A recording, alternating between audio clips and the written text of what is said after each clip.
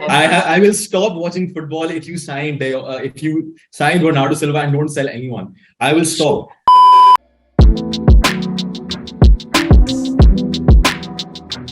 Hi guys, welcome back to Match the Reports. And today we have a very special guest with us, Keshav. So apparently he's a Barca expert for the past 30 years. He's gone to school with PK, Shakira, and Fanny parents. So he has all the answers to all your questions about Barcelona. So my first question normally would be, do you think Rafinha is going to return to Leeds in the next month as Barca won't be able to pay them for shit, as seen in the Uh, past? Bro, honestly, I don't know yet because genuinely, there's so much information that we don't know. But I'm just saying, man, why would you want to return to Leeds? You can just go anywhere else. Leeds is literally one of the worst clubs in the Premier League right now. They're badly mismanaged. They sacked one of the greatest coaches of all time last year. They've lost all of their main players. So, why would you go there? But honestly, I just think that there's a lot of misinformation on the internet. People are talking a lot. They're talking a lot of shit about Barcelona, and I get it. You're a lot of fans, especially United fans and other fans. They're just jealous. Milan No fans and doubt. United fans mainly. And not looking at you personally, but they're just jealous that it took them 9 years or 10 years. Milan, it took 15 years probably. But for United fans, it's taken them 9 or 10 years to get back up on their feet. They're still not back up on their feet in terms of their sporting project.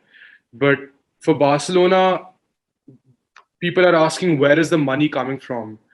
So it's very simple. Everyone's hearing about these levers or whatever. Everyone's like, what is going on? And people don't actually know what's happening. It's what Barca are doing is really it's pretty legal. I don't know why people are saying it's illegal. Whatever's happening at the club is completely illegal. It's ridiculous. But honestly, what Barca is doing is that a lever is basically a financial maneuver that a club like Barcelona, which is a fan-owned club, they don't have a Russian sugar daddy or an American sugar daddy to pump in money into that club all the time. So a club like Barca or Madrid or Bayern, they are fan-owned clubs. They're footballing institutions. So they don't have these owners from different countries to just pump in money whenever they require it. So they need to sell off their assets, right, to get an immediate influx of money into the club. So that is what Barcelona are doing.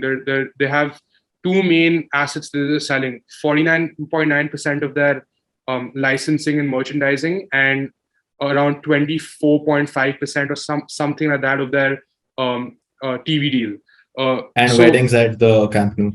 And Let's weddings. not forget this. Of course, yeah. And they're also selling chocolates now, apparently. So Yeah. also one other thing they're doing. It's a different level of down bad if you have to sell chocolates to run your club, you know. That's true, bro. Honestly, we're in a really bad state. But to be honest, looking at our situation, I don't think what we're doing is wrong. We are down bad. We're in a really pathetic situation in terms of our club, and that's only because we've been really badly managed by our previous owners, the previous chairman, because we don't have owners. The fans are the owners. Our previous chairman and his predecessor before that, Sandro Rosell, and then of course Bartomeu. So what they did was they handled the funding of the club in such a bad way. We got 222 million euros from Neymar's transfer, and we spent it right away. There was we didn't even pause. We spent it on two players. That's another question that brings up to me right now. You're just getting in the money and you're spending it on 8 players just right now. It's the same situation. Instead of repaying the loans, you're putting more emphasis on the new players to Possibly even adding to your debt. No. The difference between that is that, bro, that was 222 million for two players. This is around 150 to 200 million for 8 players. There's a massive difference. And also, Arnav and I have spoken about it, the actual debt so every football club is in debt. But oh yeah, that's long term. But not a billion. Of course, teams like Spurs maybe in 700-800 million debt, but they have the way of paying they it have back. their assets. They have I They have a understand that. plan of 10 years to repay it that the bank can It's also all, handle. it depends on the longevity of it. How long do you have to wait to pay that much? So So these are long another term. So thing- Barcelona's debts are all short term debts. So the And thing about something- that is, see, again, I'll tell you the pros and cons of these levers. So a very big, very big advantage is that, of course, we're signing really, really good players. And we're, of course, this is a very short-term plan by Laporta, but this is what we needed to get back up on our feet, number one. We had the option, see, there are two options we had. Either take these loans or sell our assets. We're selling our assets with a buyback clause. That's what we're doing. We're not taking loans. We're selling our assets with a buyback clause. That's all we're doing. So we had two options. Either we buy players right away, or we trust La Masia, our youth academy, and get like a really cheap striker just so that he could be utility to Aubameyang or something like that. Or also we could have signed the CVC deal, which would have given our TV rights to for 50 years. That's what Madrid and Barca and I think Bilbao or Madrid, one of those, Atletico Madrid did not want to do, because it's a really bad deal for the big clubs, because then so much of the revenue goes out. So what we've done is that we've signed a much better deal for 25, around what, I don't know how long it is for exactly, but we've signed 25 years, correct. So we've signed this one, and again, we have a buyback clause on it. So whether or not this works out, which I hope it does as a Barca fan, I'm a fan at the end of the day. So I just want everything to work out well for the club. So there are a lot of pros and cons with this. And a very big risk Laporta is taking is that he's literally like Plouging money the second it comes. Yeah, basically. And what these levers are, basically, it's a fancy term for pawning. You know what that means, right? Correct. Yeah. It's a fancy term for that. That's all it is. Like, people are talking about these levers as it's a massive deal. Oh, We're literally just selling our assets, man. but And of Keshav, course- also from looking from a negotiation point of view, that since Barcelona is already in a backhand, they're not able to get that exact valuation or that deserved valuation for their club. So you're selling 25% of it, but not exactly at the value it should be at. So I think sometimes you're also taking a loss at it. It's a notional loss together. But their back is against the wall. They don't have a choice but to sell. Exactly. They're desperate, right? I think we're kind of spinning in circles. So we've answered this levers thing pretty well. All right.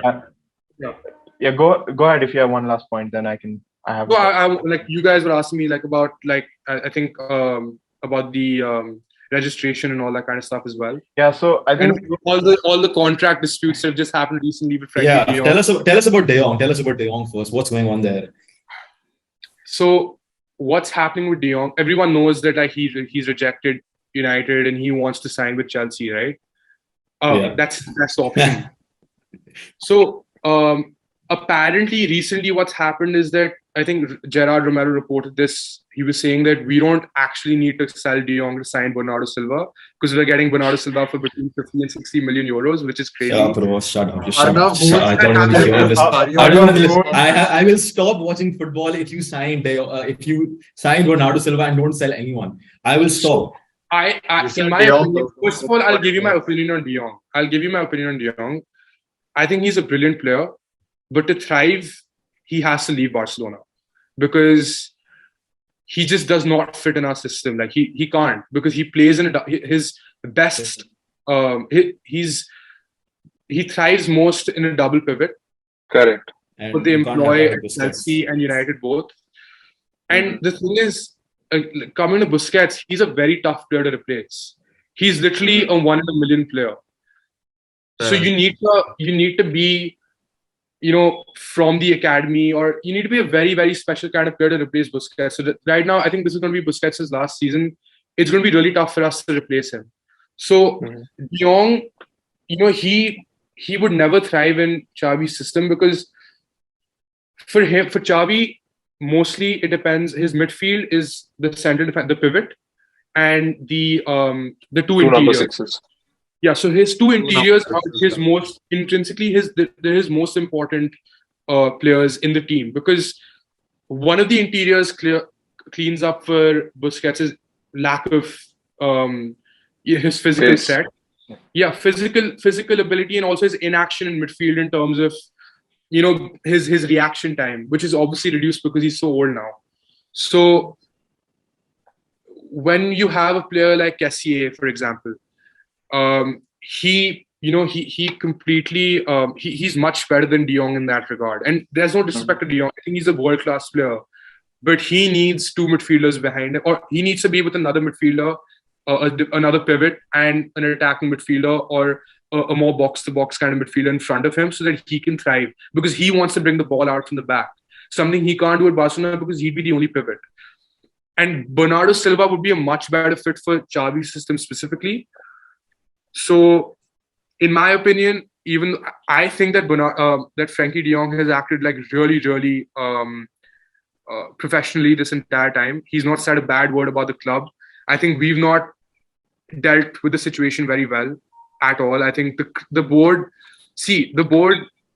Aleman and Laporta are extremely smart. Like with this whole contract thing, I'm sure they noticed that the moment De Jong signed, the moment they came into power, I'm sure that they noticed it because they're both sports lawyers.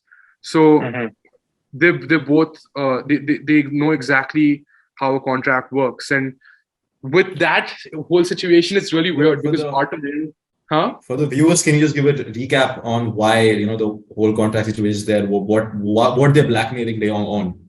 So okay, fine, yeah. So we can say that they're blackmailing De Jong. You can say that, but the thing is that what's happening with De Jong's contract is really weird, and also it's also happening with Longley and Ter Stegen's contract. So in October 2020, De Jong, Longley, and Ter Stegen signed these really weird contracts because they had these deferred payments from before, and because of our financial situation, we planned that we'd pay these guys until 2026, and we'd pay them less in 2020, and we'll cover up for it later. But I don't know about the legality of the contract and everything. I'm not very clear with that because not much information is out, obviously because of the privacy of the club and the players and the agents. So what I think is that from what I've seen, we saved 30 million. Bartomeu, he's the biggest evil character in the history of probably any sporting institution in the world. You can abuse on this channel. It's okay. It's not PG-13. You don't have to abuse. Fine. You can go ahead and abuse. You can go ahead and abuse. So basically he's a fucker. That's all I'm gonna say. He saved 30 million in 2020 at the expense of losing 311 million in 2021. Do you know how that's actually a very smart move for other clubs, right? We're enjoying it. Because he was an agent of the other clubs. Yeah, correct. He was Perez's agent. Yeah. So I have a question. Yeah, I have a go ahead. Related to that, because as Barca is considered technically the people's club, right? As you mentioned as well. What do you think about genuinely how their actions are towards their current players?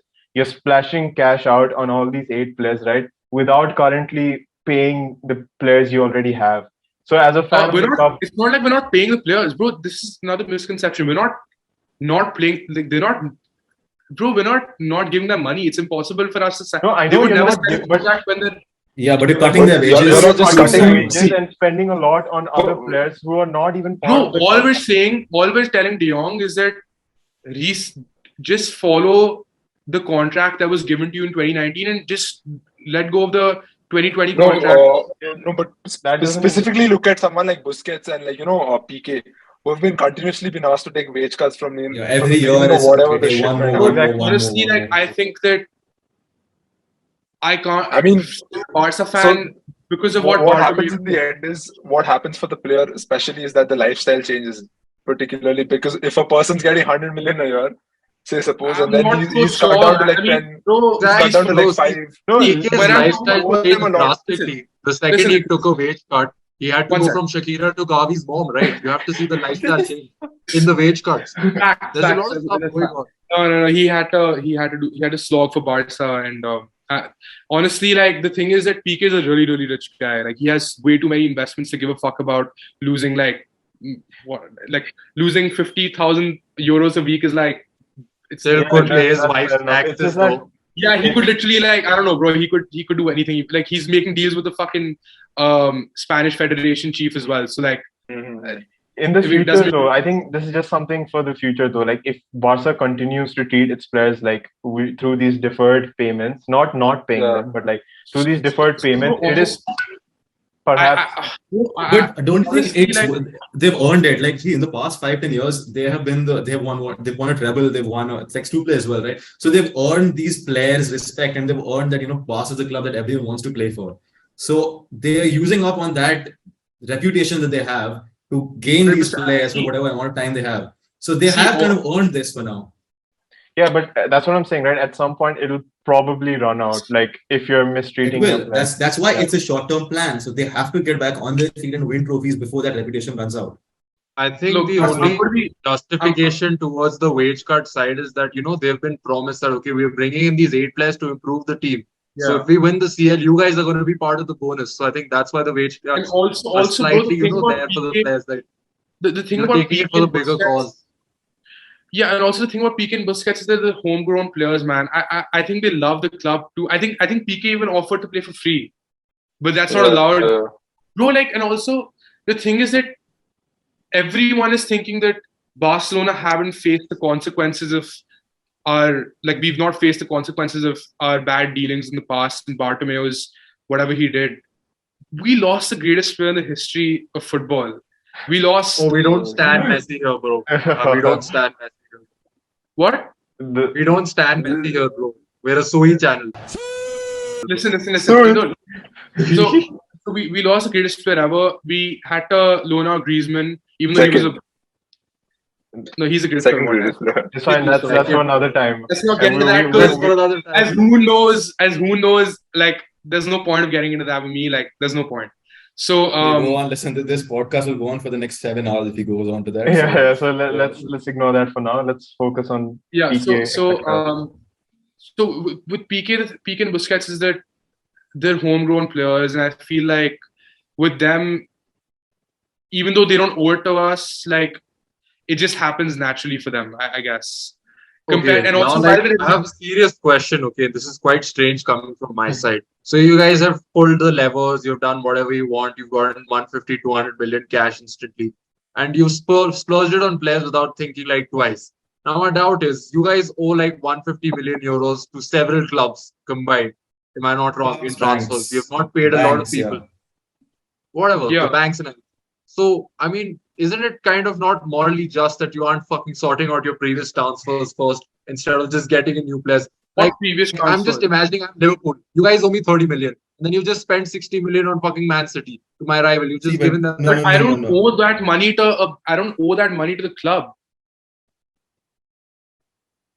I mean, of course you do. I mean, No. say It's someone through a third party. These deals are It's all through through a third third party. party. Is it that you went to the Yeah, club so and you- bank? No, but then Listen, that is a more legally binding contract than it would have been with Liverpool, because with a bank, they have given you a certain amount of time. You have to pay this much by maybe 4 years, not upfront. No club has the money to pay 150 million upfront. Bro, you can't So pay it'll be divided in the next 5 years. euros Yeah. upfront. Impossible that's for fine. any club to It's do. impossible. If they violate It the has been a bank, while since you've taken Coutinho from Liverpool, right? It's not like I'm asking in 2018 now. It's 2022, almost ending. yeah, No, but but that's if they've not violated the contract. Those are the reports. no. Those But aren't those are even bank confirmed contracts. No, it's confirmed that you owed him 30 million till last year. I don't know what you've given up, but you still owe the bank money. But the thing is, in La Liga, you cannot not pay the bank. It's been going on. There's a contract. You can pay it later as well. Because if you don't pay a bank in La Liga, you will get relegated. In So La that's Liga, what that is we you have and not done also anything one wrong more there thing yet. about now that you've But you're said cutting it La Liga, very fine. Yeah, we are cutting it very fine. Laporta's walking a very thin line, as I said to you yesterday. He's walking a thin line between being the idiot who destroyed Barcelona even further or being the guy who saved Barcelona.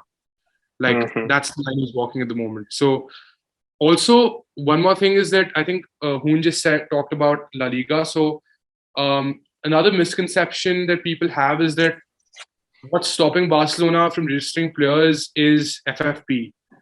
That's not true. It's not FFP. It's La Liga. another thing called something called the ECC. It's called I think economic cost control, and it's another kind of it's similar to FFP, but just it's a self-imposed rule by La Liga. It's just La Liga. It's much more effective than FFP. It's got much more effective and much stricter. Yeah. And see, about the whole registrations thing, Gerard Romero and like a few other really reliable journalists, I think this Ashraf guy, I don't know what his full name is, and Gerard Romero, they're saying that we have we're going to successfully register everyone else. And but by the way, another recent report has come out. It's so funny.